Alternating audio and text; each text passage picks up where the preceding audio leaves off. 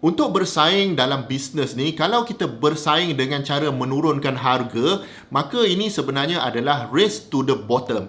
Sebab apa? Anda percayalah akan ada kompetitor lain yang boleh offer harga yang lebih murah daripada harga yang anda offer.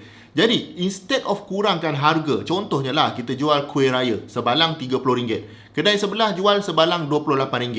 Jadi, kita tahu kita ada sedikit margin daripada RM30 tu. Instead of kita kurangkan margin kita sebab nak lawan dengan orang sebelah, apa kata kita tambahkan value yang customer akan dapat apabila beli produk kita. Kita maintain harga RM30, mungkin even naik lagi RM35, tapi beli satu balang ni dapat satu lagi balang. Jadi customer ni pun tengok, tambah sikit lagi dah dapat bermacam-macam. Jadi ini satu strategi untuk bagaimana kita nak bersaing tanpa menurunkan harga, sebab menurunkan harga ni satu permainan yang bahaya. Kalau anda jual produk-produk lain pun, anda nak cuba turunkan harga, tiba-tiba datang daripada China, jauh lebih rendah harganya. Memang susah nak bersaing dengan cara potong harga.